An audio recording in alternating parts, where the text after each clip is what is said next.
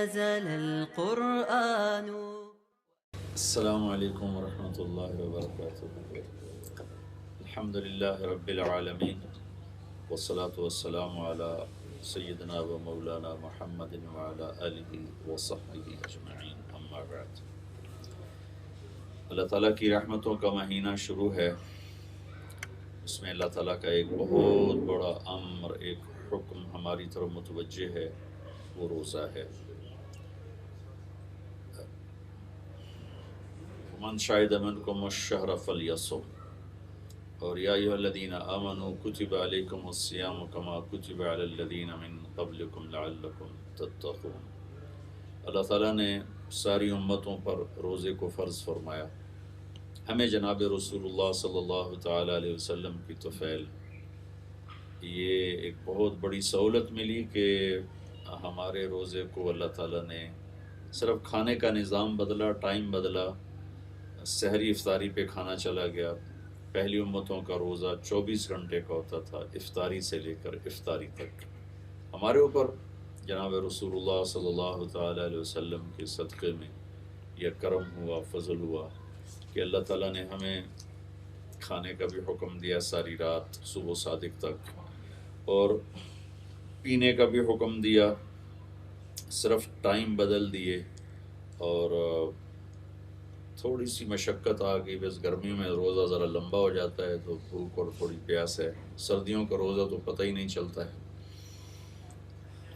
دوسری چیز، اللہ تبارک و تعالیٰ نے ہم پر فضل فرمایا، کرم فرمایا، احسان فرمایا.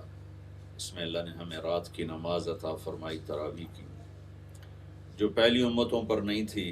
پہلی امتوں کا روزہ 24 گھنٹے کا تھا، ہمارا روزہ سحری افطاری کا ہے، لیکن ان پر تراویح نہیں تھی. ہمارے اوپر اللہ نے تراویح کی نماز بطور تحفہ کے ہمیں عطا فرمائی، اور اس کی قیمت کو بڑھا دیا. اللہ کے محبوب صلی اللہ تعالیٰ علیہ وسلم کا فرمان ہے، تراویح کے ہر سجدے پر 1500 نیکی لکھی جاتی، اور تراویح کے ہر سجدے پر جنت میں ایک محل بنتا ہے جس کے 60,000 سونے چاندی کے دروازے ہوتے.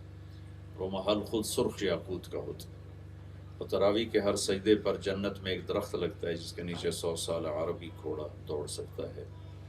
عام طور پر ہمارے بھائی بہنوں کو نہیں پتہ کہ اس ایک سجدے کی کیا قیمت ہے، اور یہ 20 رکعت کی کیا قیمت ہے. تو اکثر تو پڑھتے ہی نہیں ہیں، اور کچھ پڑھ کے بیچ میں ہی اٹھ کے چلے جاتے ہیں. تھوڑی سی مشقت، گھنٹہ، زیادہ سے زیادہ گھنٹہ سوا گھنٹہ کا کام ہے، لیکن ہر مرد عورت 60,000 نیکیاں لے کے جا سکتا ہے. اس سورات کے لیے تو کوئی مسئلہ نہیں، وہ چھوٹی چھوٹی صورتوں کے ساتھ پڑھیں تو ان کو تو آدھا گھنٹہ زیادہ سے زیادہ لگے گا، 15 منٹ لگ جائیں گے. لیکن اتنی بڑی دولت اللہ تعالیٰ کے خزانوں سے ملے گی. اور پھر اللہ کے نبی نے 2 الگ حدیثیں فرمائیں: من صام رمضان ایمانا و احتسابا غفر له ما تقدم من ذنبه. جس نے رمضان کے مہینے میں روزہ رکھا اس کے پچھلے سارے گناہ معاف ہو. من قام رمضان ایمانا و احتسابا غفر له ما تقدم من ذنبه. جس نے رمضان میں قیام کیا رات کو، اس سے مراد تراویح کی نماز ہے، غفر له ما تقدم من ذنبه، اس کے سارے پچھلے گناہ معاف ہو گئے. اور آخری رات اللہ تعالیٰ فرشتوں سے پوچھتے، فرماتے ہیں کہ اس مزدور کا کیا بدلہ ہے جو اپنا کام پورا کر دے. تو فرشتے عرض کرتے ہیں کہ اس کی جزا ملے. تو اللہ فرماتے ہیں کہ میں تمہیں گواہ بناتا ہوں کہ انہوں نے رات کے قیام اور دن کے روزے سے مجھے راضی کر دیا، اور میں نے انہیں معاف کر دیا. رمضان گناہوں کی بخشش کا ذریعہ اور سبب ہے. خود رمضان کا مطلب جل جانا ہے، اور جلنے کا مطلب اس میں کیا ہے کہ 330 دن کے گناہ روزے کے دنوں میں اللہ تعالیٰ جلاتا جاتا ہے، جلاتا جاتا ہے، جلاتا جاتا ہے، یہاں تک کہ آخری رات اس کے ذمے کوئی گناہ باقی نہیں رہتا، اور گناہوں سے پاک صاف ہو کے باہر نکلتا ہے. روزہ بذات خود کتنا قیمتی عمل ہے. اللہ کے نبی کا فرمان ہے: من صام یوما تطوعا، جس نے نفل روزہ رکھا، فرض نہیں، ثم اعطی ملء الارض ذهبا، پھر 7 بر اعظم سونے سے بھر کر اس کو پیش کیے گئے کہ یہ آپ کے روزے کا بدلہ ہے. تو ہمارے نبی پاک صلی اللہ تعالی علیہ وسلم کا فرمان ہے: لم یستوف ثوابہ دون یوم الحساب. تو 7 بر اعظم جو سونے سے بھرے ہوئے ہیں، یہ اس ایک نفل روزے کا بدلہ نہیں بن سکتے، اس کا بدلہ اللہ تعالیٰ ہی دے گا آخرت میں، اور باقی تمام اعمال کی جزا جنت کی شکل میں ہے، اور روزے کی جزا اللہ تعالیٰ فرماتے ہیں کہ الصوم لی وانا اجزا بہ، روزہ میرے لیے ہے، روزے کی جزا میں خود ہوں، اللہ مل جاتا ہے۔ اور جنت کے 8 دروازے ہیں، ان میں ایک دروازہ ہے ریان، اس کا نام ہے ریان، اس دروازے کو اللہ نے صرف روزے والوں کے لیے مخصوص کیا ہے، اور پہلی امتوں سے لے کر یہ امت تمام روزہ رکھنے والے افراد مرد عورت اس دروازے سے ان کو اندر بلایا جائے گا، اور اس کے بعد وہ دروازہ بند ہو جائے گا، وہاں روزے والے ہی اس میں سے گزر سکتے ہیں۔ جنت کے 8 دروازے ہیں، اور جب ان کا وہ دروازے کے پٹ کھلیں گے تو ان کی جو چوکھٹ کا درمیانی فاصلہ ہے، اللہ کے نبی نے فرمایا کہ ایک کنارے سے چلے اور دوسرے کنارے تک جانے کے لیے 40 سال لگ جائیں گے چلتے چلتے، اور اس دن وہ دروازے بھر کے اس میں سے لوگ گزر رہے ہوں گے، کندھے سے کندھا لگ رہا ہوگا، تو رش میں اگر کسی کو لائن سے ہٹا کر جلدی سے پار کرا دیا جائے تو وہ بڑا خوش ہوتا ہے، تو اس دن بڑا رش ہوگا، تو اللہ تعالیٰ روزے والوں سے فرمائے گا کہ آپ لوگ لائن میں نہ لگو، یہ دروازہ صرف آپ کے لیے ہے، آپ لوگ اس میں آ جاؤ، تشریف لے جاؤ۔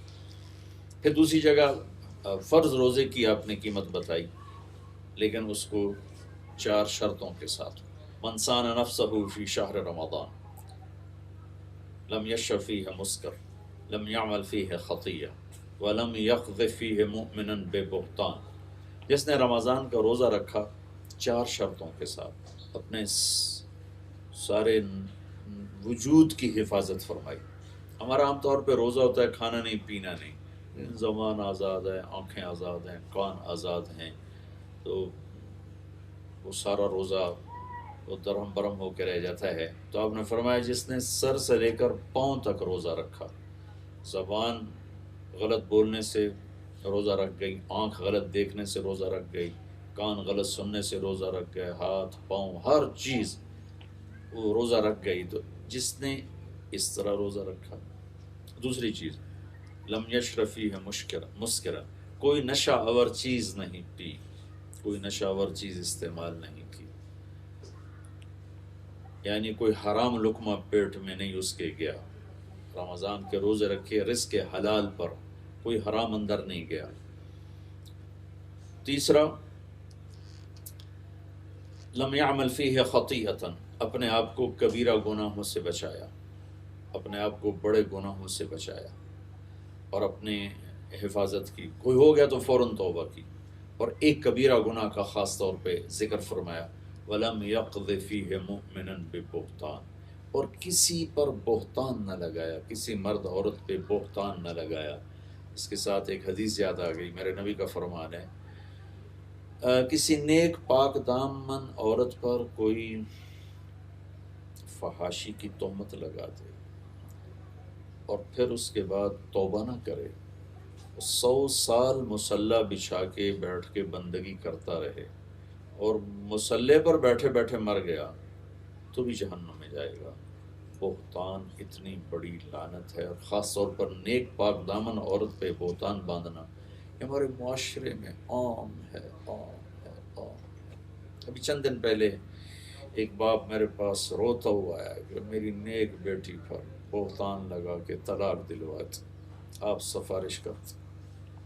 وہ اس کا خیال تھا کہ شاید میں ان گھر والوں کو جانتا ہوں، میں نے کہا میرے دوست اگر میں جانتا ہوتا تو میں ان کو جا کے پاؤں پکڑ لیتا، پر میں جانتا نہیں، اور یہ میرے معاشرے کا ظلم ہے کہ یہاں چھوٹی چھوٹی باتوں پہ وہ ظلم ہو رہا ہے۔ لوگ سمجھتے ہیں قتل چوری ڈاکہ ہی ظلم ہے، لیکن جو گھروں میں بچیوں پہ ظلم ہو رہا ہے، جو سسرال میں بہوؤں پہ ظلم ہو رہا ہے، یا کہیں کہیں آنے والی اپنے خامند کے ساتھ مل کر جو خامند کے ماں باپ پہ ظلم ہو رہا ہے، زمین آسمان اس سے کانپ اٹھتے ہیں۔ یہ چند دن پہلے کی بات ہے، اس کا باپ رو رو کے بے حال تھا۔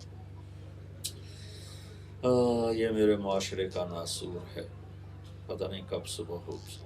لوگ صرف نماز روزے کو اسلام سمجھتے ہیں، اسلامی اخلاق، اسلامی معاشرہ جس میں درگزر، جس میں چھپانا، صرف بدگمانی پر پورا کیس تیار کر کے الزام لگا کر گھر توڑوا دیے، خاندانوں میں آگ لگا دی، یہ چند دن پہلے کی بات ہے تو میرے زخم تازہ ہو گئے، میں دوسری طرف چلا گیا۔ بہرحال یہ بھی ہمارے معاشرے کی ضرورت ہے، کسی بھی برائی کو ثابت کرنے کے لیے گواہ چاہیے۔ یہاں تو خالی بدگمانی ہوتی ہے اور الزام پورے ثابت ہو جاتے ہیں۔ تو فرمایا کہ جو رمضان کا روزہ رکھے اور اس میں اپنے نفس کی حفاظت کرے، اس میں کوئی حرام چیز نہ کھائے، اس میں کوئی بڑا گناہ نہ کرے، کسی پہ بہتان نہ باندھے، تو زوجہ اللہ کل لیلۃ مئۃ حورا، اللہ تعالیٰ اس سے اس ایک روزے کے بدلے میں جنت کی 100 لڑکیوں سے اس کا نکاح کرے گا۔ وہ بنا لہو قصر، اور اس کے لیے جنت میں ایک محل بنائے گا جس کی 1 اینٹ موتی کی، 1 یاقوت کی، 1 زمرد کی، اور وہ محل اتنا بڑا ہوگا، لو ان الدنیا کلها وضعت فیہ لکانت کمربط عنز من الدنیا۔ تو وہ یہ ایک روزے پر اتنا بڑا گھر اللہ بنائے گا کہ اگر یہ ساری زمین 7 بر اعظم اس محل میں رکھے جائیں تو یوں کھڑے نظر آئیں گے جیسے زمین پر ایک بکری کھڑی ہوئی نظر آتی ہے۔ یہ فرض روزے کے بارے میں اللہ تعالیٰ کے نبی نے فرمایا، اور یہ طبرانی کی روایت ہے۔ اور پھر اللہ کی طرف سے بخشش اور معافی اور اللہ کی رضا، یہ اس سے یہ جنت سے بھی اعلیٰ درجے کی چیز ہے کہ اللہ کا مل جانا تو جنت سے بھی اعلیٰ درجے کی چیز ہے۔